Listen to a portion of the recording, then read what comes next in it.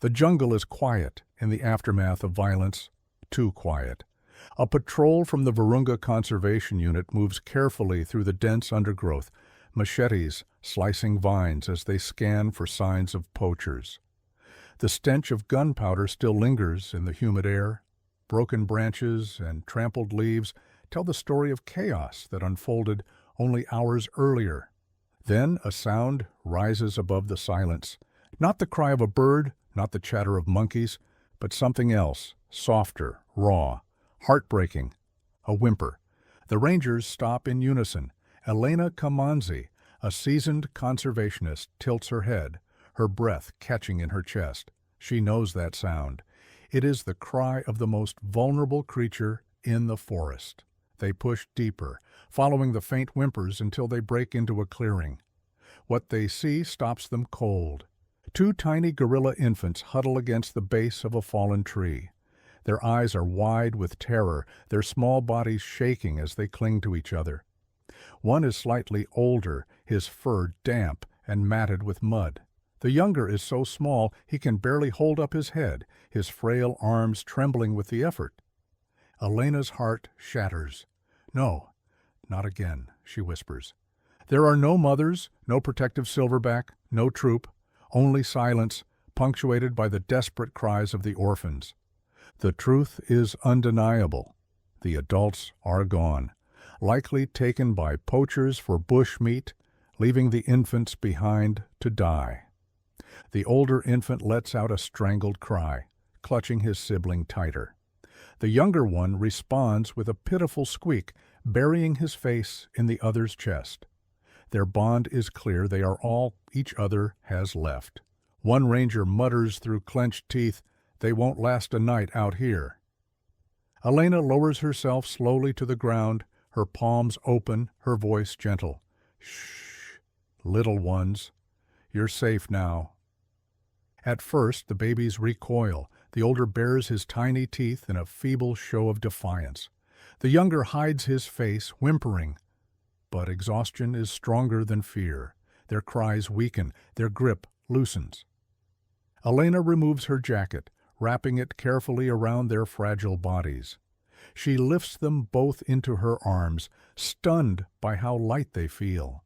Two bundles of fur and bone, far too small to carry the weight of loss they've already endured. As she rises, the infants cling instinctively to her shirt. Their whimpers quiet to soft sighs, but their wide, searching eyes cut deep into Elena's soul. The team moves quickly, forming a protective circle as they trek back toward camp. Every rustle of the leaves feels like a threat, but the greater threat lies in the weakness of the infants themselves. Without mothers, they have no milk, no warmth, no comfort. By the time they reach the rescue center, the babies are nearly silent, drained from the ordeal. Volunteers rush forward, gasping at the sight. Medical teams check vitals, administer fluids, and wrap them in soft blankets. But as the hours pass, it becomes painfully clear. Food and medicine are not enough. The infants cry through the night, searching desperately for the arms they will never find again. And the rescuers realize a truth that chills them. If they cannot replace the comfort of a mother, these babies will not survive. Night falls heavy over the sanctuary. Lanterns cast a dim glow inside the infirmary, where the two orphaned gorilla infants cry relentlessly, their small voices cutting through the stillness like knives. Volunteers pace anxiously. They have provided warm blankets, bottles of formula, and IV fluids. But no matter how much they feed or tend, the cries do not stop. The babies clutch at the air, reaching for something they can never have again, their mother's arms. Elena Kamanzi leans against the doorway, exhaustion in her eyes. "If this continues, they'll give up," she murmurs. "Orphans this young. They don't survive long without comfort." A young caretaker, Grace Mbayo, looks down at the infants, her heart aching. "So we give them comfort. If no mother can hold them, then we will." The room falls silent. It is an idea so unorthodox that, at first, no one speaks. Then Elena shakes her head slowly. It's risky. If they imprint too strongly on humans, reintegration could be impossible. But Grace steps forward, determination written in her face. If we do nothing, they'll die. Isn't saving them worth the risk? By dawn, the decision is made. Local women from the nearby village arrive, carrying soft cloth wraps across their shoulders. They have been trained in handling and hygiene, their role clear: become surrogate mothers for the orphans. Not replacements, but bridges. Bridges between survival and a future where the infants can grow strong enough to rejoin their kind. Grace is the first to try. She kneels before the older infant, her arms open. At first he resists, baring tiny teeth, swatting weakly. His cries grow louder, as if protesting this strange new presence. But Grace does not withdraw. She hums softly, a lullaby her own mother once sang to her. Her voice fills the room with warmth.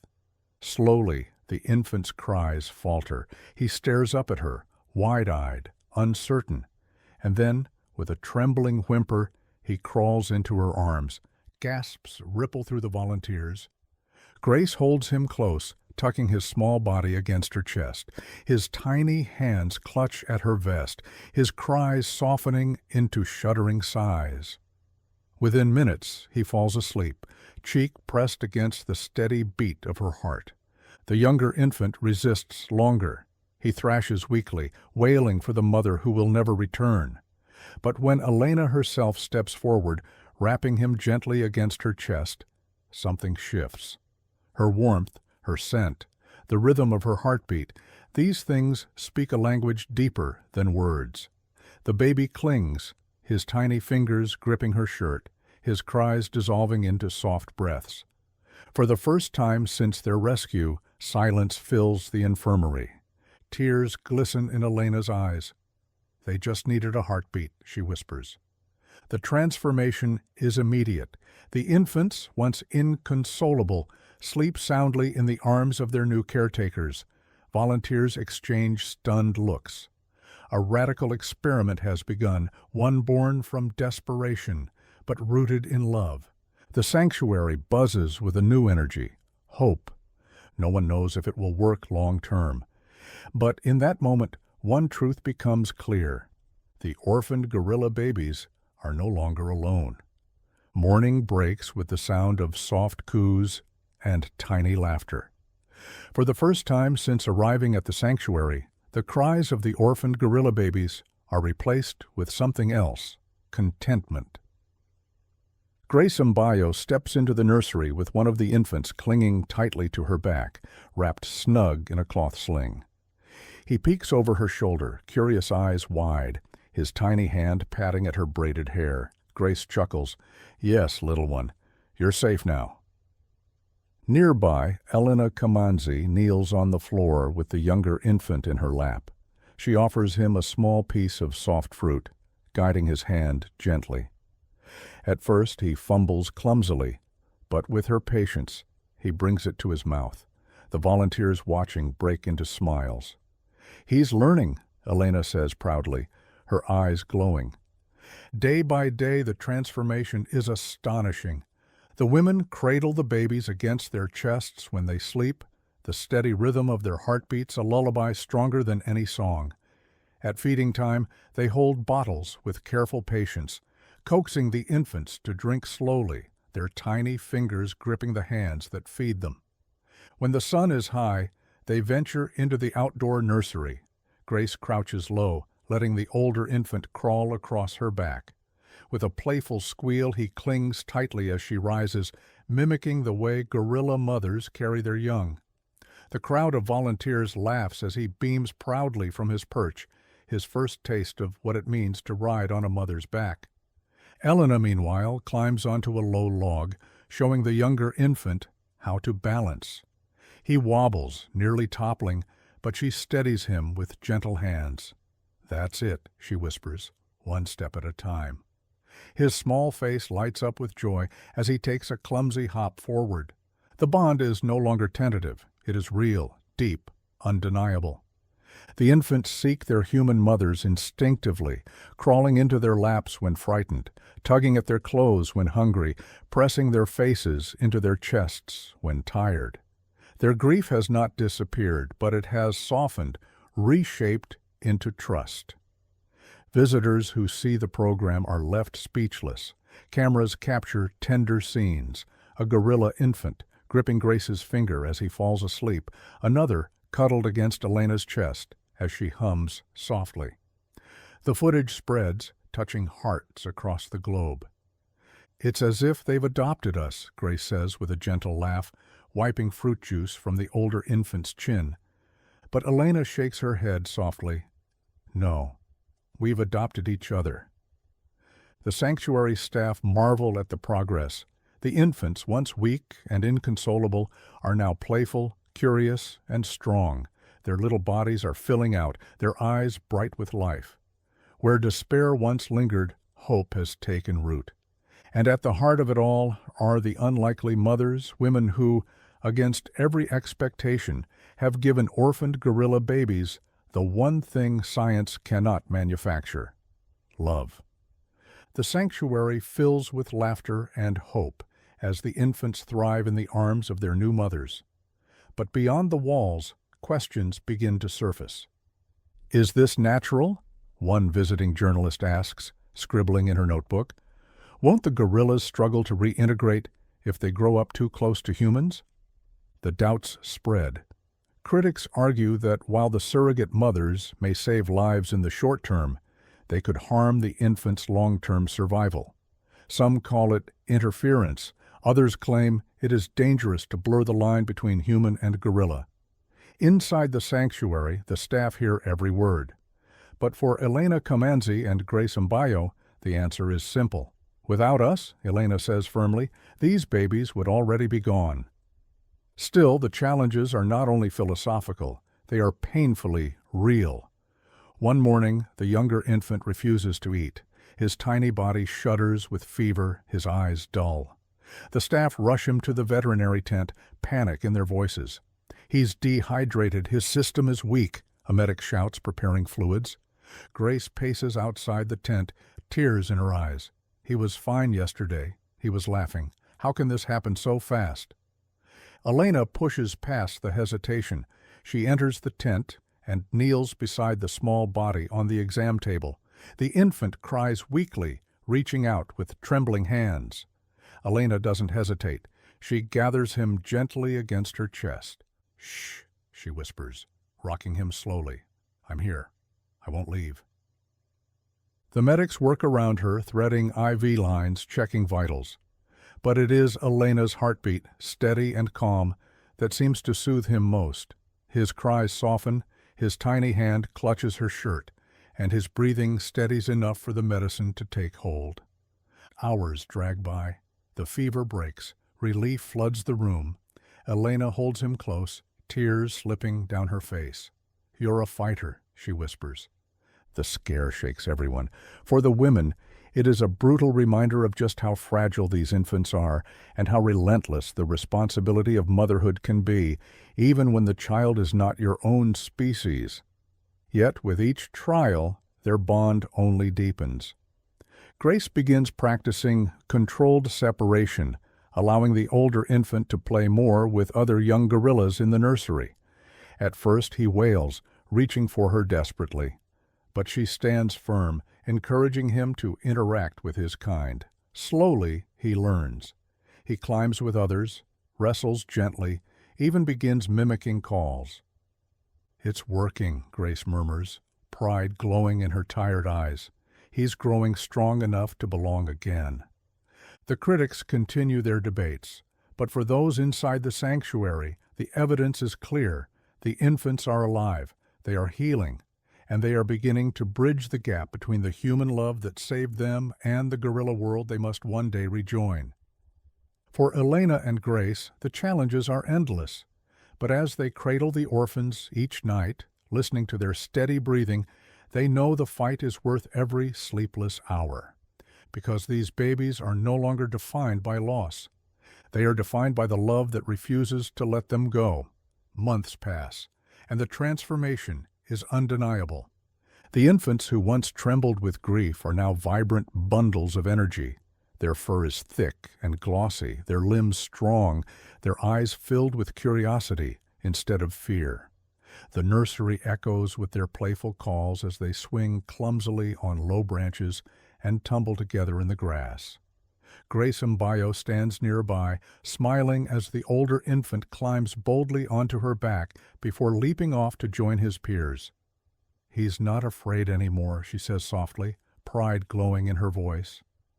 Elena Kamanzi watches the younger one wrestle playfully with another gorilla his age.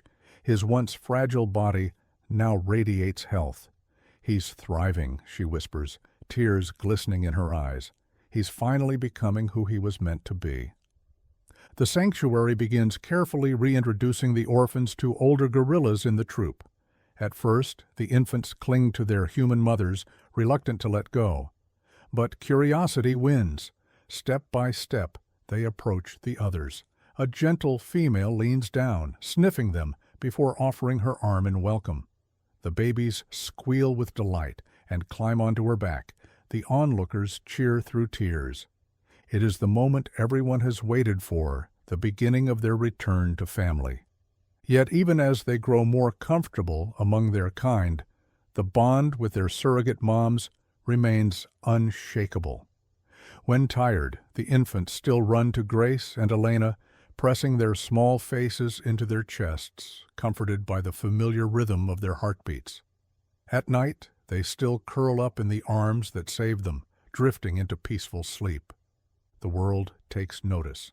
Videos of the program go viral, clips of infants hugging their human mothers, riding on their backs, or nuzzling into their arms.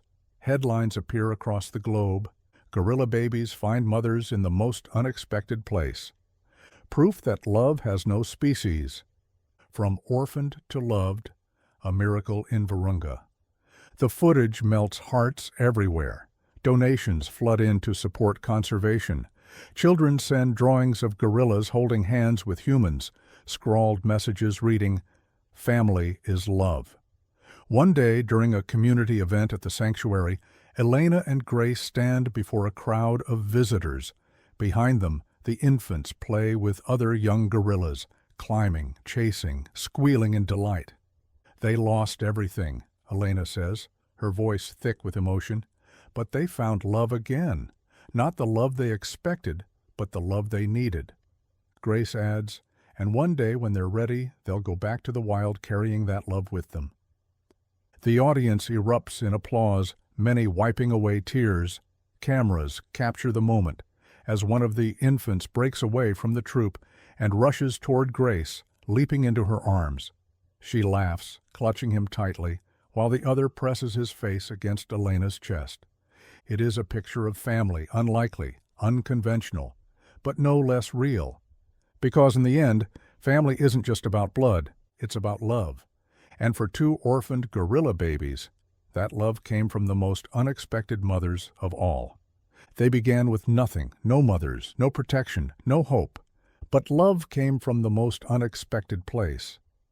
Two fragile orphans found comfort not in their kind, but in human arms.